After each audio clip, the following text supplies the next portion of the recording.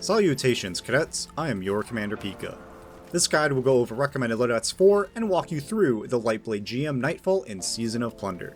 Strats, enemy spawns, and exotic armor choices should stay constant in viewing this in the future. Just substitute weapons that match the seasonal anti-champion mods. If you're looking for some weapon options that don't require DLC, click the link in the description. Down there we'll also link to a full, unedited run of the Nightfall and explain some methodology. For that, let's get started. For the GM modifiers specific to the Lightblade, you have Empath, Enhanced Radar, and take increased damage from melees, Chaff, so no radar, 12 Barrier and 3 Unstoppable Champions, 7 Lucent Sentinel Hive Warriors, Solar and Arc Shields, and Arc Burn. There are only 8 Arc Shields on the Lightblade's Disciple enemies and 6 Solar Shields on the Wizards. To maximize Arc Burn, I would opt for running as many Arc weapons as possible to maximize that extra damage, but for sake of shields and builds, use what suits you best. And if you have an Arbalest user, that will make the Solar Wizard shields much easier to take care of. Since there are only 3 Unstoppables and they are in places where you have cover and range, you can opt for either only one person having Unstoppable or no one having it. Just know the latter will require a lot of time and damage to kill them. I'd advise everyone having barrier weapons, so rock double primary if need be. For our minimum spec loadouts, this means all free-to-play and witchqueen expansion gear only. For exotic weapons, great picks are Arbalest, Hardlight, Outbreak Perfected, Graviton Lance, and Sleeper Simulant. There are some specialty picks based on skill and luck. Collective Obligation, the raid exotic from Vow of Disciple, is great for Void builds, and Risk Runner if you're having trouble surviving the boss's arc attacks. For legendary weapons, let's go by champion type. Barrier weapons, Come to Pass, Sorrow's Verse, Herod C, 7th Seraph Carbine, Night Watch, Persis D, Staccato 46, Long Shadow, Silicon Aroma, and Defiance of Yasmin. And if you have a higher artifact power bonus, then the rare Sonata 48 is okay to have an arc option. For my shortlist, whatever kinetic sniper you have, Come to Pass from the Gift of the Thunder God chest, and Staccato 46. For unstoppable weapons, Darkest Before, Insidious, GN7 Rifle, Horror's Least, the Third Axiom, BXR 55 Battler, and Ogma PR6. Shotguns are not advised at all. Shortlist would be Insidious, Horror's Least, and BXR. For power weapons, it's a little tricky. Opting for rockets to maximize burn and damage, Sleepless and Heretic are good choices. Just make sure to run scavenger mods and have an Aeon user so you aren't starved for ammo. For linear fusion rifles, unfortunately, there's only the rare King Cobra 4FR, a blue that would require it to drop at 1570 and your artifact level be at least plus 17. So, I'd opt for the best linear fusion rifle you have, so either Typhon 4FR or Cataclysmic. For subclasses, let's go by character. Hunters can opt for Void or Arc. On Void, you can choose Orpheus Rig for more damage or Deadfall Tether uptime, Gyrfalcon for more team play and weapon damage, or Graviton Forfeit if you want to maximize invisibility uptime and solo the Door and Swamp encounter. For Arc, Shinobu's vow to spam Arc grenades. For neutral picks, Aeon Swift is good for team heavy ammo, or Frosty's for more ability uptime. Titans can choose between Solar, Arc, and Void. For Void, second chance to pop barrier shields. Note that it'll take 2 shields to stun a barrier champion. Arc can focus on a damage build, so rock Curse of the Falling Star if you want to use your super for champion and Lucent Hive destruction. And Solar, Lorelei is great to keep yourself alive and your abilities charged. For neutral exotics for ability spam, try Armamentarium for more Storm or Vortex grenades, Crest of Alpha Lupi for healing, or Aeon Safe for heavy ammo. Warlocks can choose between Void, Arc, and Solar. For Void, Nezarexin is great for ability uptime. Solar, you have Starfire Protocol for more fusion grenades for either healing or damage, and Arc, you can use Crown of Tempest or Fallen Sunstar.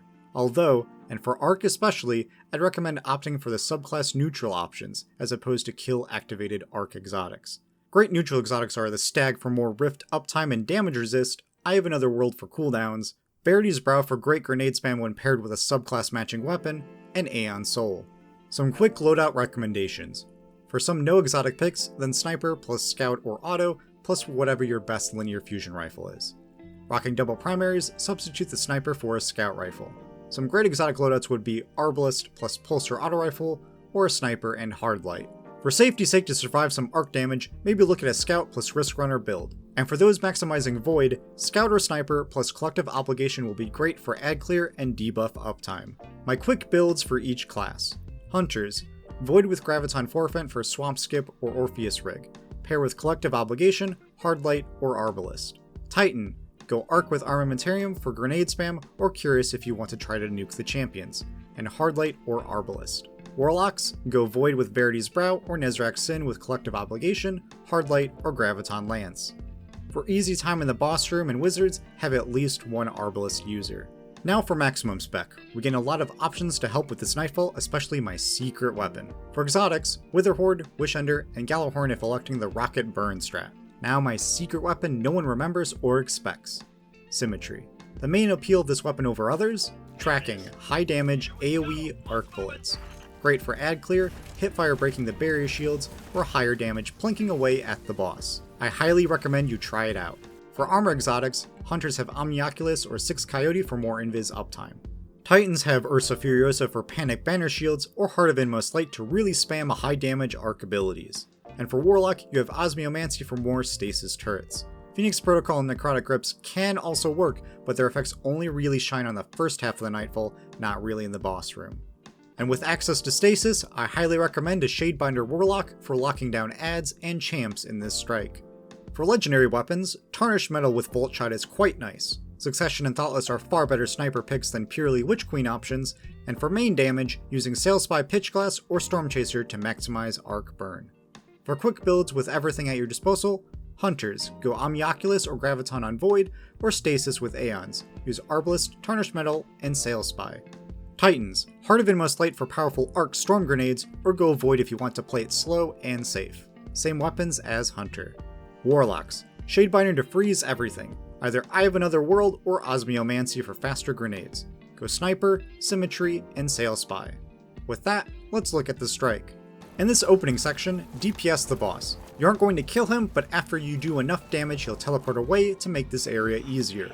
You now have two options: kill everything so you can warm up and get 2 res tokens, or skip past the enemies. If you have an Invis Hunter, have them sneak into the next area. It'll despawn all the enemies when they make their way inside. Now the first big hurdle, the Lucent Hive room. Always come back to this entrance if you're ever getting overwhelmed, and in general, tread carefully and communicate. 2 wizards as you enter, try to take them both out before you fully enter the room.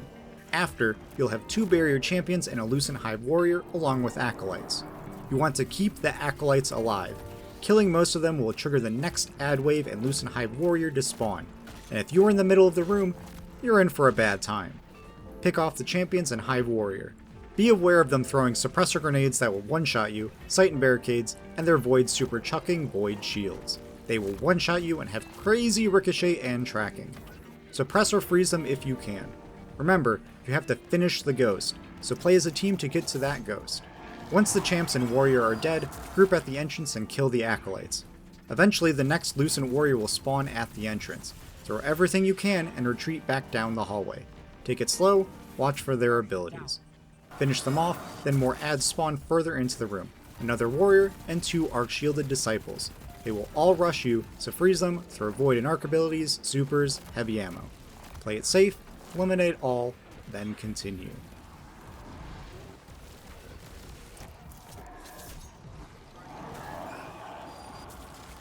As you head to the short ride gondola room, make sure you are all together.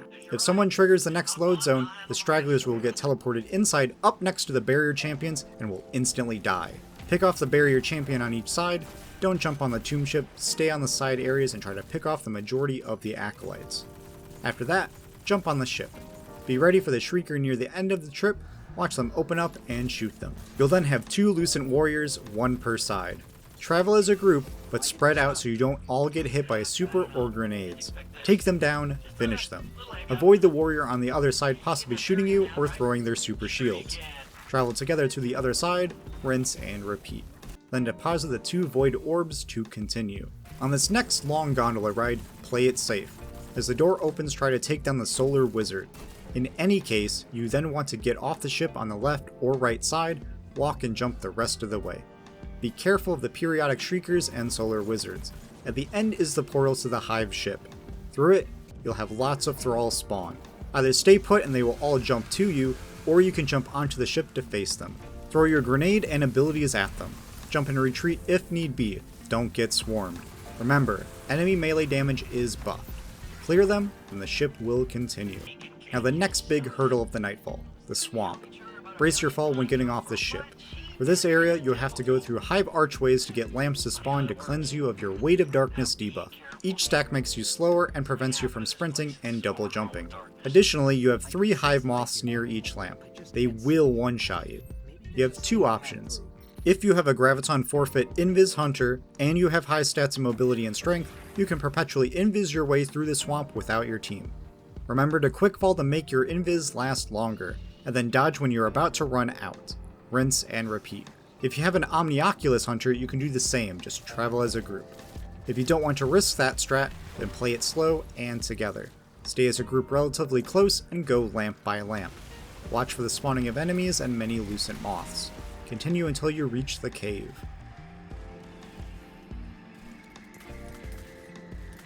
In this entrance area to the final fight, you will have your unstoppable champions. Stun the one in the cave and peek shoot them. Be aware of the Scorn Ravengers with stasis sensors rushing you. Make your way inside, be careful of the many hidden moths and snipers. At the exit of the cave, stay on the ledge. Most things will ignore you, but be aware of the Screebs jumping up to you and the Unstoppable sometimes shooting you or rushing you. Ignore the boss, he's just a waste of ammo and time. Take your time, kill all the adds in the pit. Try to save your heavy ammo if you can. When the 2 giant ogres and 2 unstoppables are dead, make your way down. Get to cover, take out the 2 shriekers. That will despawn the boss. Clear everything else, make your way to the boss room. Final hurdle, facing Alakul in his arena. Brace your fall as you jump down. Jump a little earlier than you think, especially for Titans. This arena has an upper and lower level. I advise to stay on the upper bit the best you can, but best advice is to always be moving and play cover. The boss is mobile most of the fight and has a very long and deadly arc barrage. Just run and use cover. They have a huge AoE on them. If you can manage, you can coax the boss to keep jumping between platforms if you have someone draw aggro and stays close to the boss. But be fast and prepared if this stops working. The boss fight is divided into 3 phases, and additional adds spawn halfway through each phase. Play as a team, but don't all be on top of each other. Split 2 and 1 so you don't all go down in one swing. And finally, orbs of power flood the center of the room at the start of each phase. Be cautious, but feel free to grab them to charge your super when you have downtime. Phase 1. Boss loads into the center of the room. You'll have normal throw chase you around anywhere you go. Get rid of them first, then work on the boss. For this fight, so you aren't ammo starved without an Aeon user, just use your primaries, or make sure you have special and heavy ammo in reserves for the champions and warriors. Halfway through the boss's first health bar, another Thrall wave spawns. Clear them out, then focus on the boss. When the first bar is almost gone, get ready. Phase 2. The boss will teleport to the middle platform and go immune. Room will rain orbs of power and 3 enemies will spawn. 2 Arc Disciples and 1 Lucent Warrior, all on the middle platform. Stasis Warlocks throw a turret there to freeze everything, otherwise Silence and Squall, Deadfall Tether, or Vortex Grenades are good. The goal is not to kill the Disciples and kill the Lucent Warrior. When both Disciples are killed, the next ad wave starts and you don't want to be unprepared. Play cover, watch the enemies chase you, just pick off and finish the Lucent Warrior the best you can. After that, kill the Disciples and get in position for the champions and boss. On the death of both Disciples, 2 Barrier Knights should spawn in these positions, though this can change randomly. Your goal is to delete one of them to give you a breathing space. You can opt for one person to babysit the boss if you wish. Otherwise, group up on the left side of the Oryx statue, freeze, throw abilities, and snipe the barriers. Or, be on the right of Oryx as the champions spawn if you have supers like Nova Bomb, Shadebinder, or Thunder Crash. Run around, destroy the second champion, and work on the boss. Again, halfway through the health bar at 50% health, 2 more barrier champions will spawn, now in the 6 and 8 o'clock positions. And the boss's helmet will break off, signifying that the boss will run around and be twice as aggressive. Have someone on the right side bait the boss, and the other team nuke the champion that spawns in the 8 o'clock or 6 o'clock position. After that, clear the second champ, whittle down the boss, hunt for ammo and orbs in the middle, and prepare. Phase 3 repeats the start of Phase 2. Boss goes immune, 2 Disciples and 1 Warrior on the middle plate, do the same as before. Kill the Lucent Warrior, then the 2 Disciples. After that, the boss will wake up and start roaming. You have a little breathing room. At around 25 to 30% health remaining, the 2 barrier champions will spawn again. They should be in similar right side positions like the first spawn wave of Phase 2. Do the same as before, just be aware of the boss and surroundings. After they are both gone, you're in the home stretch. It's just you and the boss. Play smart, destroy them. Congrats on defeating him! If you didn't, it just takes more practice. Give it another go. Just remember to play slow and as a team. Everything spawns at specific intervals and damage thresholds, so you can prepare. If instead you were trying this on Master difficulty, it adds the rotating positive-negative modifier, Enfilade, that boosts ammo drop rate for machine guns, but hampers other power weapons' heavy ammo supply, as well as the annoying attrition, hampering healing unless you pick up the pools of light off enemies killed. For that, play with stuff that gives you more healing, so stag rifts, healing grenades, healing exotics, aeons for more reliable ammo, Thunderlord could work, or maybe ability damage focused builds like Heart of Inmost Light. And I'll leave you to it. If you have any questions or other recommendations, leave them down below. Otherwise, if you're looking to find people interested in Destiny 2, come join our clan and Discord, Sundog Gaming. As always, I am your Commander Pika. Be kind, have fun, and I'll see you on the battlefield.